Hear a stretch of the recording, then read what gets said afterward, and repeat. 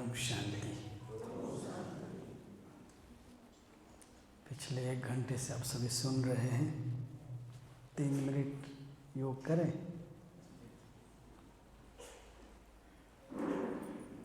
हम जब बाबा के साथ चलेंगे तो किस रूप में बाबा के साथ चलेंगे? सबको जाना है बाबा के साथ, यहाँ रहना है। तब जाएंगे तो कौन से रूप धर करके जाएंगे बाबा के पास? हाँ जी, बिंदु बन करके। तो चलिए 3 मिनट बिंदु बन जाए। ना कोई हलचल नहीं, ना एकाग्र मन, स्थिर बुद्धि और भ्रुकुटी के मध्य में आत्मा बिंदु बनकर बैठी हूँ। जो बातें सुना अभी तक बिंदु में समा ले। जो जितना समाएगा वो समान बनेगा। 3 मिनट आंखें खोल के बैठे और एक ही स्मृति, मैं आत्मा बिंदु हूँ, भ्रुकुटी की कुटिया में बैठी हूँ।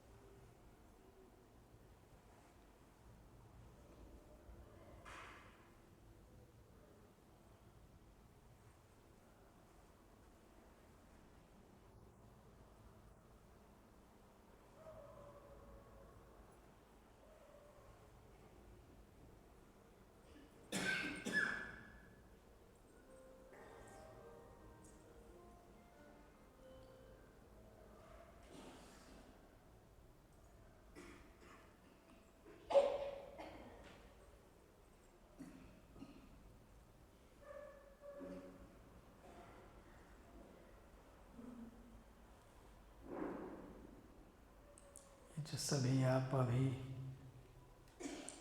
बिंदु बनकर बैठे, बिंदु बने या बिंदु खिसक गए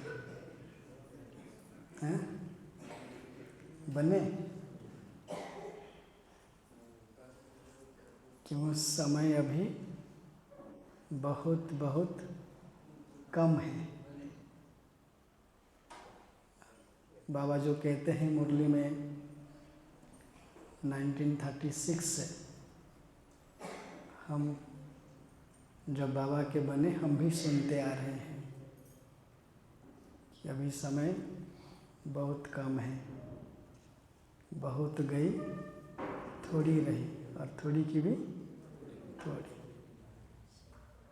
लेकिन हम अपने पुरुषार्थ के ऊपर क्या अटेंशन दे रहे हैं? रुपेश भाई आपको 5 बातें सुनाया, वो 5 बातें ब्रह्मा ने करके दिखाया।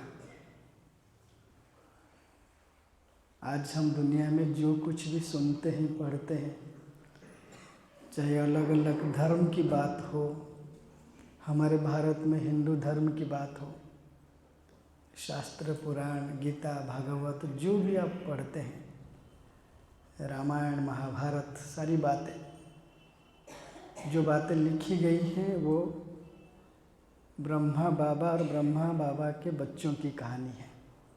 ऐसा है ना? ब्रह्मा कुमारीज की कहानी जो हम इस संगम युग पर किया है, वही आगे चल कर के भक्ति मार्ग में शास्त्र पुराण बनते हैं, गीता भागवत बनते हैं, हमारी चरित्र का एक चित्र बनता है पुस्तक के रूप में।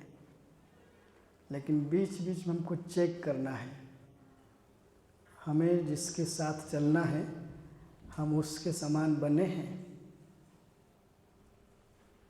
क्यों?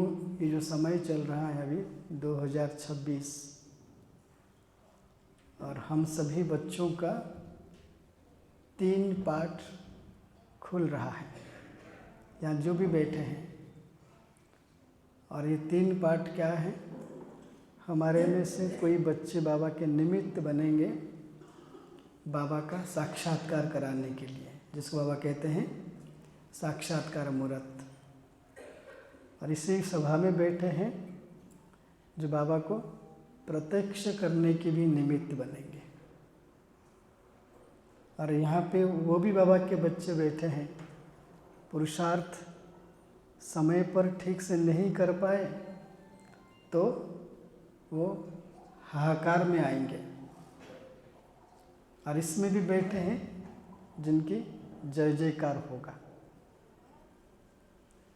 न। बाबा दुनिया में कुछ अलग से नहीं होता है,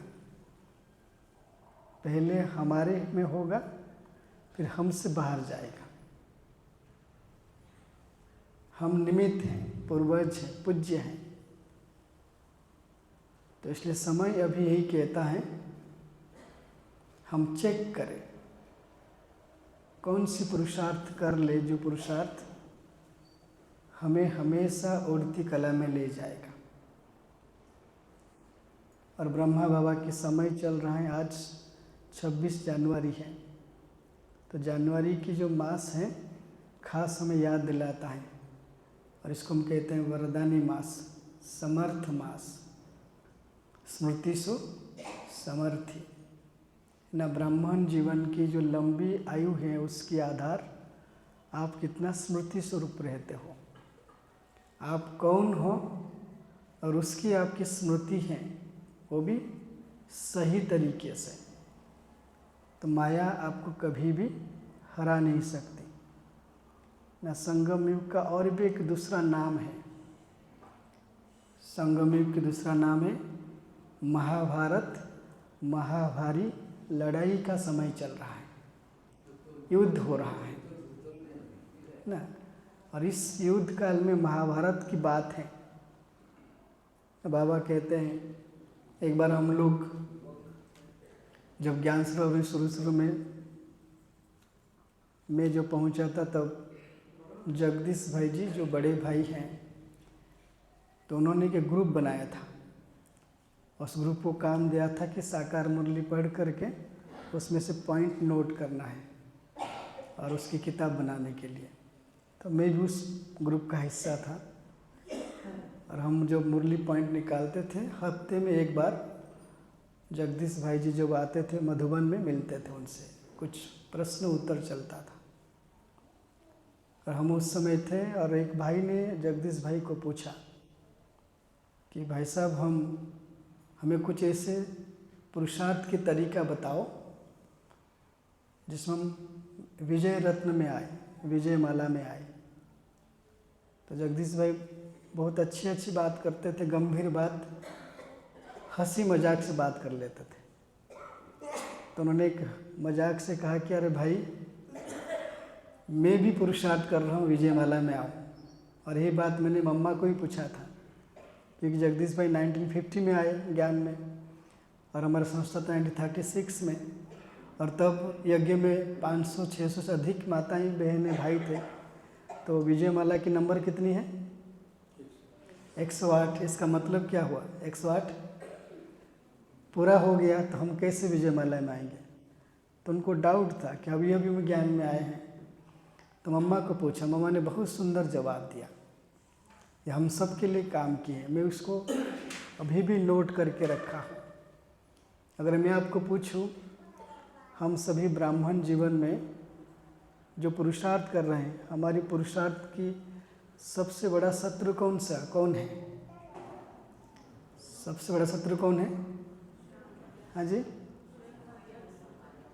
व्यर्थ संकल्प से भी और ग्रॉस लेवल में आओ। व्यर्थ संकल्प बहुत सूक्ष्म हो गया। सबसे बड़ा शत्रु है आलस्य, अलबेलापन, गफलत और थकान। ये 4 महाशत्रु हैं एक राजयोगी के। तो ये 4 को जो जीतेगा वो अर्जुन बन जाएगा। जो अर्जुन बनेगा वो प्रीत बुद्धि बनेगा। जो प्रीत बुद्धि बनेगा उसके मित्र कौन बनेगा? स्वयं भगवान। जो स्वयं भगवान जिसका मित्र बन जाए और वो अर्जुन उस भगवान की बताई हुई रीत अर्थात मार्ग पर चलेगा। और जब उसके मार्ग पर चलेगा, भगवान उसके गीत गाएगा। कौन सा गीत? वहाँ मेरे बच्चे वहाँ। जब ये गीत चल पड़ेगा, बाबा कहते हैं आप मेरे समान बन जाओगे और आप विजय माला में पिरोए जाओगे, है ना। तो जगदीश भाई जो पूछा गया, जगदीश भाई ने बहुत सुंदर बात कहा। मम्मा को पूछा, मम्मा ने कहा कि आत्मा कब आई उसकी बात नहीं है। ये जो पुरुषार्थ है, पुरुषार्थ के लिए बाबा क्या कहते हैं? जब तक जीना है ज्ञान अमृत पीना है, और जब तक जीना है याद अमृत भी पीना है। ज्ञान भी अमृत, याद भी अमृत। अर्थात हमारा ब्राह्मण जीवन एक ऐसा रेस है, लंबी दौड़ है, मैराथन रेस है। जब तक ब्राह्मण जीवन में हमको ये पुरुषार्थ करते रहना है। तो मामा ने उदाहरण दिया, जब बड़ी दौड़ होती है, मैराथन रेस होती है, तो उसमें फर्स्ट कौन आते हैं, सेकंड कौन आते हैं, थर्ड कौन आते हैं ना। तो उसकी नियम है कि शुरू से लेकर के अंत तक जो दौड़ने वाले हैं, जिनकी दौड़ने की स्पीड शुरू से लेकर अंत तक रिदमेटिक है, एक जैसा है, एक समान है, तो अंत में वो फर्स्ट सेकंड थर्ड होते हैं। कभी बहुत गति से दौड़ना, फिर धीरे धीरे बीच में ढीला हो जाना, फिर वो नंबर 1 में नहीं आते हैं। तो यहाँ पर जब पुरुषार्थ में करते जा रहे हैं, तो हमारा पुरुषार्थ भी एक समान होना चाहिए। अर्थात ना कहीं बहुत ज़्यादा तीव्र, ना कभी बहुत कम, एक जैसा। बाबा इसलिए कहते हैं बच्चे निरंतर तीव्र पुरुषार्थी बनो। और निरंतर तीव्र पुरुषार्थी किससे कहते हैं? और उसी को मम्मा समझाया कि जो पुरुषार्थी पुरुषार्थ कर रहे हैं, अगर 4 बात पर अटेंशन देते हैं, आलस्य, अलबेलापन, गफलत और थकान।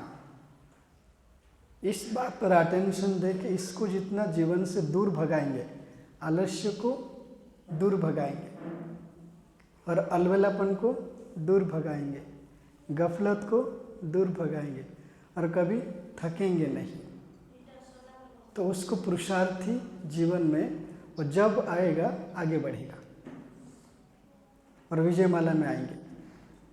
और दूसरी बात मम्मा ने कहा, पुरुषार्थ में जो हमें कर्मेंद्रियां, बाबा ने मुरली में भी कहा है, मम्मा ने उसे रिपीट किया कि हमें कर्म इंद्रियों को अपने अधिकार में रखना है। और कर्म इंद्रियों अधिकार में रखने का अर्थ होता है, जब हम मुरली क्लास में होते हैं, योग क्लास में होते हैं, तो हमें एक बात की अटेंशन देना है, बाकी चीज़ें बाद में हैं, और वो बात है आलस्य। योग में क्या होता है, नींद आती है ना। अगर आप लक्ष्य रखेंगे 1 घंटा योग करेंगे बैठ करके, 1 घंटे से 10 मिनट, 15 मिनट, आधा घंटे तक एकदम अलर्ट, और फिर धीरे धीरे आधा घंटा जैसे पूरा होगा और व्यर्थ संकल्प चल पड़ेंगे तो आंखें बंद होगी। और आंखें भी तरीके तरीके बंद होते हैं किसी का, है ना। अगर अमृति वाला योग देखेंगे, बहुत बड़ा संगठन हो, डायमंड हॉल में जाओ देखोगे आप, है ना, किसकी गर्दन ऊपर तो किसकी बाएं, किसकी गर्दन नीचे, ऐसा होता है ना। ऐसा नहीं कि लक्ष्य नहीं है, क्योंकि रात को 2 बजे उठ के आते ही बाबा के घर में बैठते हैं, लेकिन क्यों नहीं है, बीच बीच नींद क्यों आती है, उसके पीछे एक ही कारण है, अटेंशन ना। ओडिया भाषा रे योग को कौन कहते, जोग, है ना। जोग शब्दर अर्थ होची जगीबा, अटेंशन। बीच बीच में चेक करो। हम संकल्प लिया कि मैं आत्मा बिंदु भ्रुकुटी की कुटिया में बैठी हूँ, 5 मिनट हो गया, क्या मैं बिंदु हूँ या बीच में मैं आलस में चली गई, पता नहीं नींद कब आ गई। चेक करो अटेंशन से स्वयं को, मैं बिंदु हूँ। फिर 5 मिनट साइलेंस, फिर चेक करो। जब चेक करेंगे तो हमारे अंदर चेंज आएगा, हम जीतेंगे ना। जब महाभारत की लड़ाई पूरी हो जाती है, सब पांडव बैठते हैं, चर्चा होती है, और हर बात की जब एनालिसिस किया गया, विश्लेषण किया गया, हर बात में अर्जुन का नाम ही आया। तो वहाँ पर पांडव की और भी थे, भीम, नकुल, सहदेव, और भीम थोड़ा जोश वाला था। तो सुन सुन के एकदम उसको चिढ़ हो गया, बोलता आप ऐसे कैसे बात कर रहे हो। अर्जुन किसको मारा, मैं अपने हाथों से कौरव के 100 भाइयों में से 99 को मैं खुद मारा हूँ अपने हाथों से। अर्जुन सिर्फ 3 लोगों को मारा, वो भी तुम्हारे सहयोग से। कृष्ण को कहता है अगर तुम नहीं होता तो तुम्हें नहीं मारता, मतलब ना भीष्म को मार पाता, ना जयद्रथ को, ना कर्ण को, मैं तो सबको मारा हूँ, लेकिन वो कैसे महारथी हो गया। और बात भी सही है। तो कृष्ण ने बोला कि हर बात में आपको भी प्रमाण देना पड़ेगा। अगर ठीक है, और एक है असुर, अगर आप उसको मार दोगे तो आप अर्जुन से भी बड़ा महारथी कहलाओगे। बस एक ही है, वो महाभारत की युद्ध में नहीं था लेकिन अभी है, और उसको जितना होगा, और उसको मार लिया ठीक है। तो वो उसको लेके जाते हैं साथ में जंगल के बीच में। फिर वो कहता है कि ऐसा नहीं, अर्जुन की रथ मैंने आपने चलाया था तो मेरा रथ भी आप चलाओ, मेरी सारथी बनो। तो उसके सारथी बनकर लेके जाते हैं, जंगल के बीच में रख देते हैं। शाम हो जाता है, बोलते हम यहीं रहेंगे, वो असुर इसी रास्ते से आएगा। तो 1 प्रहर बीत गया, कोई नहीं आया। पूछा कब आएगा, बोला थोड़ा धीरज रखो, आएगा, अब इसी रास्ते से आ रहा है।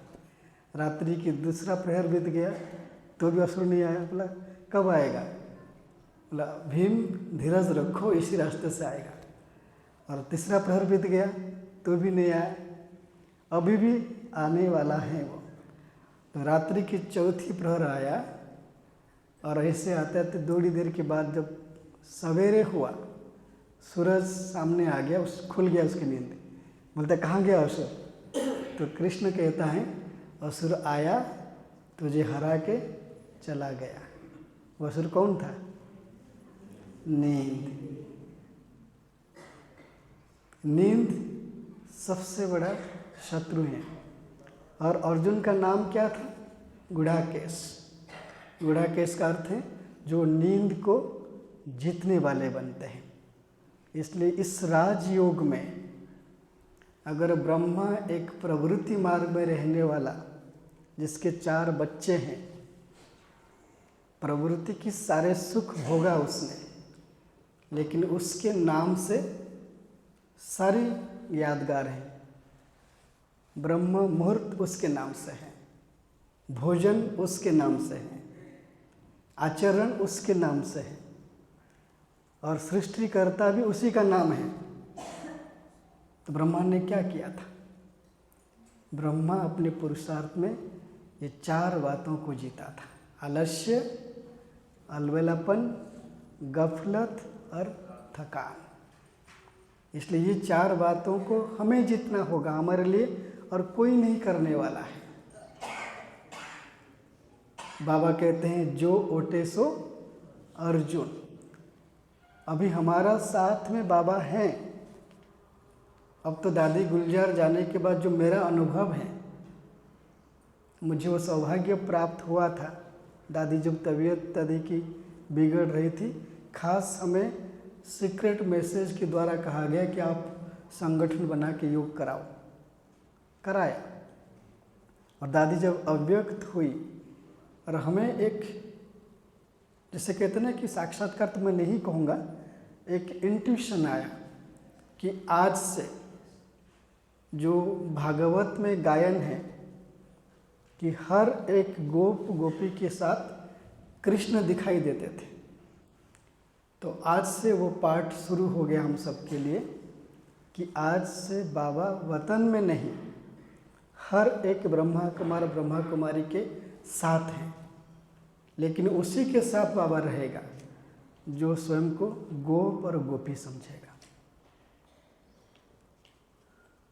सिर्फ हम ईश्वरीय विद्यार्थी नहीं हैं, हम बाबा के गोप और गोपी हैं। अब समय आ गया है अपनी बुद्धि की चेकिंग करें हम। अभी भी हमारी बुद्धि कहाँ कहाँ उसकी लगन लगी हुई है, और वहाँ से बुद्धि की लगन को कट करो और बुद्धि की प्रीति बाबा से जोड़ो। क्योंकि बुद्धि की लगन ही अंत समय में जो भी परीक्षाएं, जो भी परिस्थितियां आएगी, उससे आपको पास हुई तरह बनाएगा। बुद्धि ही लास्ट में भटकेगी। समय निकालो। बाबा बार बार कहते हैं इस बात को, चाहे नए हो चाहे पुराने हो, जो भी नंबर 1 में आना चाहते हो, एक ही बात की अटेंशन दो। 2 पुरुषार्थ करने की जरूरत नहीं। बुद्धि बाबा में लगाओ और दिल में बात को नहीं समाओ, बाप को समाओ। जो दिल में बाप को समाएगा और बुद्धि के हाथ बाबा को देगा, तो वो बाबा के साथ चलेगा। और जो बुद्धि कभी बाबा के पास कभी दूसरों के साथ, दिल में बाबा भी हैं दूसरी बातें भी हैं, तो क्या बनेंगे? वो पूंछ बनेंगे, बाबा के पीछे पीछे चलने वाले बनेंगे। पुरुषार्थ बहुत सहज है, पुरुषार्थ बहुत सरल है। अटेंशन एक बात की, बुद्धि की हाथ किसके साथ हो? बाबा के साथ। तो दिल में बातें ना हो, दिल में कौन हो? बाप हो। तो बाबा कहते चाहे नए हो चाहे पुराने हो, आप आगे पुरुषार्थ करके नंबर 1 में आ सकते हो। बहुत ज़्यादा कुछ करने की ज़रूरत नहीं है। और लास्ट में एक बात कहेंगे बाबा के जीवन की बात को लेकर के। अब समय आ गया फसल कटने का। जब फसल कटता है ना, जो कृषक जो फसल बोता है उस समय आप देखेंगे कि जो फसल 99% फसल पक जाता है, फिर भी कुछ नए पेड़ निकलते हैं, कुछ नए फसल होते हैं। क्या जो कृषक होता है वो उसको इंतज़ार करता है कि जो बाकी 100 पेड़ अभी अभी निकले, अभी फल निकले, वो पक जाए, मैं उसको काट दूँ? फसल कटने का भी एक मौसम होता है। तो अभी वो समय आ गया है। हमें क्या करना है? अभी हमें अपनी बुद्धि, हमारे दिल जो बटा हुआ है उसको चेक करके समेट लो, और एक बाप दूसरा न कोई, इस अभ्यास को बढ़ाओ। अगर कुछ भी समझ में नहीं आता है ना पुरुषार्थ करने के लिए, बस अपने दिल से, सच्चे मन से, स्थिर बुद्धि के साथ एक ही बाबा को पुकारो, बाबा की बात दिल में समाओ, स्मृति में धारण करो। बाबा तू मेरा, मैं तेरी, है ना। गीता की 18 अध्याय सुनाने के बाद अर्जुन लास्ट में क्या कहता है? मुझे अभी भी कुछ समझ में नहीं आया। आप बहुत सारे योग की बात कर लिया, फिर भी मुझे समझ में नहीं आ रहा है। तो कृष्ण क्या कहता है, भगवान क्या कहते हैं? अच्छा, मैंने जो कुछ बोला भूल जाओ उसको, अब क्या करो? मेरे शरण में आ जाओ।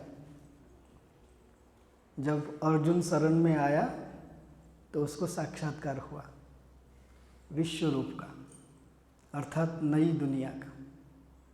इसलिए अगर बात कभी समझ में न आए, कैसे चार्ट लिखूं, क्या कमेंट्री से पुरुषार्थ करूं, बुद्धि भटक रही है, नींद आ रही है, बस इतना कर लो, बाबा तू मेरा, मैं तेरी। अभी मैं तुम्हारी याद में बैठ रहा हूँ या बैठ रही हूँ। अभी नींद आए तू रेस्पॉन्सिबल, जागो तो तू रेस्पॉन्सिबल। तो कैसे करोगे आप? अभी हम 3 मिनट प्रैक्टिस करेंगे, फिर एंड करेंगे, ठीक है। और इस प्रैक्टिस को कर लिया तो इसकी गारंटी है आपके मन से कभी नहीं आएगा मेरा योग नहीं लगता। जब योग अभ्यास करो तो बाबा कहते हैं प्रीति बुद्धि बन जाओ, जो आपके पास है वो मुझे दे दो, मेरे नाम से कर दो। हमारे पास क्या क्या है? क्या है हमारे पास? बोलिए, क्या है हमारे पास? अभी आप यहाँ सब बैठे हो, आपके पास क्या है जो बाबा को दोगे आप? प्रश्न समझ में आ रहा है? प्रश्न बुझी पारे, बुझी पारलेनी, बुझी पारले कौन अच्छी अपन पाखे रे? ଆପଣ ସବୁ ବସିଛନ୍ତି, କ'ଣ ପାଖରେ ଅଛି? ଏବେ କିଛି ଅଛି ନାହିଁ? ଅଛି କିଛି? वाह वाह। तो ये अभी धन तो नहीं है, अभी और एक चीज़ है ना। तन है, मन है, बुद्धि है, दिल है, संस्कार है या नहीं है? और सबसे बड़ी बात है कि मन, बुद्धि, संस्कार कोई देख नहीं रहा है। आपकी जो कर्म इंद्रियां हैं ना, बाबा को कहो, जैसे आप जो कुर्सी में बैठे हैं, जो नीचे बैठे हैं, कि बाबा अभी मैं आपकी याद में बैठ गई हूँ। आप तो कहा था ना कि मुझे मदद करोगे जब मैं आपको पुकारूं। और ब्राह्मण जीवन में सर्वश्रेष्ठ कर्म है और सबसे ज़्यादा चैलेंजिंग कर्म कौन सी है? बाबा को याद करना, है ना। और सारे माया की विघ्न किस में आती हैं? याद में। और हम क्या करते हैं? याद को भीम बन करके याद करते हैं ना, अर्जुन नहीं बनते हैं। भीम क्या किया था? बोला मैं तो सब कुछ करता हूँ, मेरे पास बाहुबल है। तो हम क्या करते हैं? बाहुबली बन कर के बैठते हैं। संकल्प ले लिया दृढ़ता के साथ, अभी 3 घंटा बिना नींद किए बैठेंगे। लेकिन एक गलती हमसे हो गई। कौन सी गलती? हम बुद्धि बल से संकल्प ले लिया कि अब हम तो बिल्कुल अलर्ट होकर के 1 घंटा बिना हिले डुले बैठेंगे, बाबा को याद करेंगे। लेकिन हम अर्जुन नहीं बने। अर्जुन क्या करता था? निश्चिंत, क्योंकि मेरे साथ कौन है? भगवान है। हम उसको भूल जाते हैं। हम बाबा को बाकी चीज़ में यूज करते हैं, लेकिन जब योग करते हैं उसको यूज़ नहीं करते हैं। बाबा ने कहा कोई बात हो मुझे बुला लो, मेरा बाबा मेरा साथी, आ जाओ मदद करो। तो कब मदद मांगे उसको? जब योग में बैठो। अभी वो प्रैक्टिस करेंगे। आज के अभ्यास में आपके पास जो अंग हैं, आंखें, मुख, कान, हाथ और पाँव, ये कर्म इंद्रियां धोखा देते हैं। बाबा ने एक मुरली में कहा था योग क्यों नहीं लगता है? इसलिए नहीं लगता है क्योंकि आत्मा कर्म इंद्रियों से सुख भोगने की संकल्प करती है। कर्म इंद्रियां आकर्षित करते हैं। अगर आपको अपने कर्म इंद्रियों से सुख भोगना है, उसकी तरीका एक ही है, कर्म इंद्रियां किसको दे दो? बाबा को दे दो, ट्रस्टी बन जाओ, फिर देखो। अगर आप आंखों से कुछ देखना चाहोगे, मन में संकल्प आएगा ये आंख मैंने किसको दिया? बाबा को दिया। अब मैं अपने मन से आंखों को यूज़ नहीं कर सकता। जो बाबा को पसंद है मुझे वही देखना है। अगर मुख दे दिया तो मैं अपने मन से भी यूज़ नहीं कर सकता हूँ। जो बाबा को पसंद है मुझे वही बोलना है। अगर कान दे दिया तो मुझे वही सुनना है जो मेरे बाबा को पसंद है। अगर हाथ दे दिया, मेरे हाथों से वही कर्म होना चाहिए जो बाबा को पसंद है। और पाँव दे दिया तो मेरे पाँव वहीं चलना चाहिए जो बाबा को पसंद है। तो बाबा का पसंद जो मेरा पसंद बन जाएगा तो मैं क्या बन जाऊंगा? प्रभु पसंद। और प्रभु पसंद बनूंगा तो ऑटोमेटिक लोग पसंद हो जाऊंगा। सारी स्थिति की जो अवस्था बनती है वो योग में। तो अभी हम बाबा को देंगे अंगद बन करके। और 3 मिनट की इस प्रैक्टिस में आप खुद देखना कि आपकी बुद्धि की लगन किस तरफ जाती है। ठीक है, सभी सीधा बैठिए।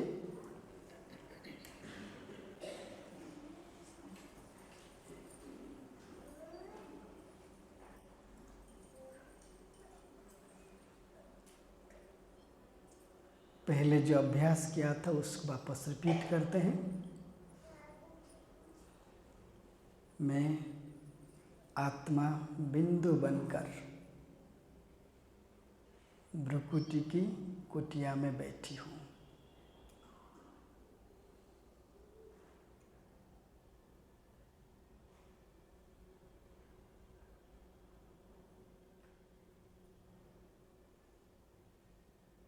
ज्ञान चक्षु से मैं स्वयं को देख रही हूँ।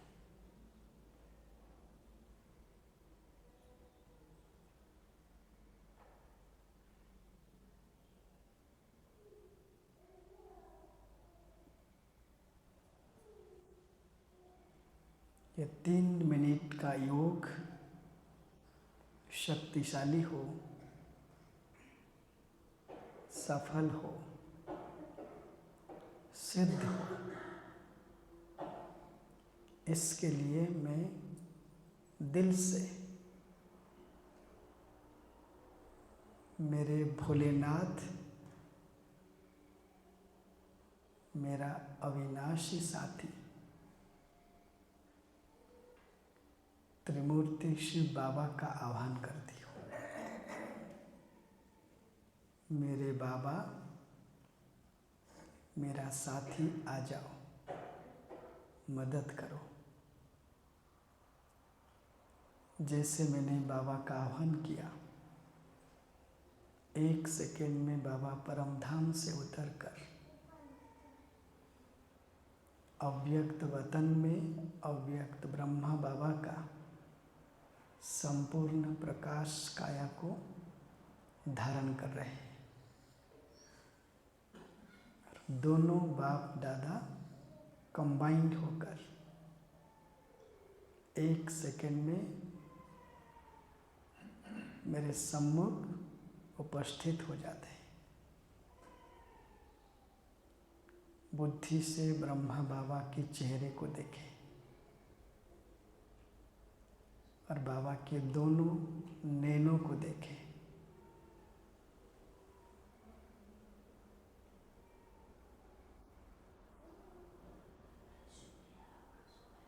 और दोनों नैनों को देखते देखते बाबा को समर्पित हो जाए।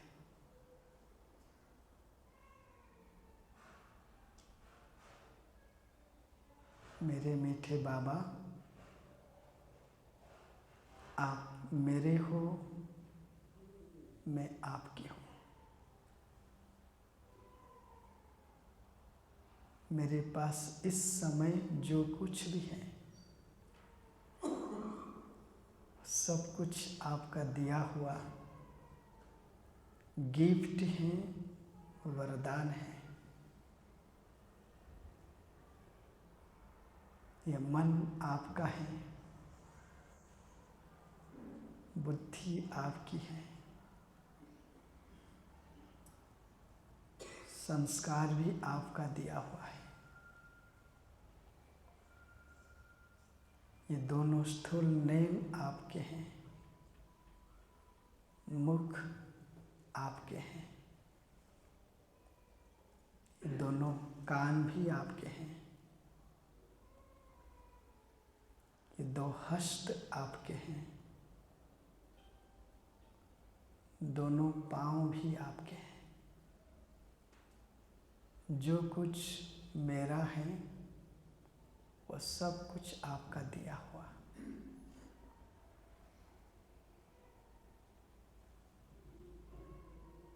मैं तो बस ट्रस्टी हूँ, निमित्त हूँ। इसकी असली मालिक आप हो। तो अभी 3 मिनट बाप दादा को देखते हुए एक एक सूक्ष्म और स्थूल कर्म इंद्रियां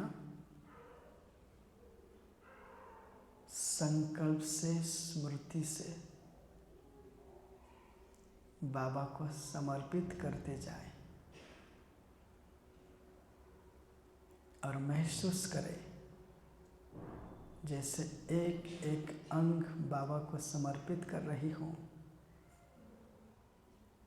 बाबा उसे पवित्र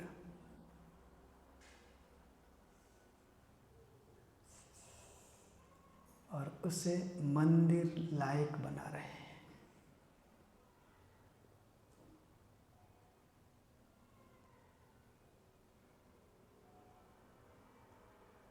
मेरी स्थिति और अवस्था कमल पुष्प समान न्यारे और प्यारे बनती जा रही है। 3 मिनट स्वयं की मास्टर बनकर बाप दादा को सम्मुख देखते हुए समर्पित हो जाए।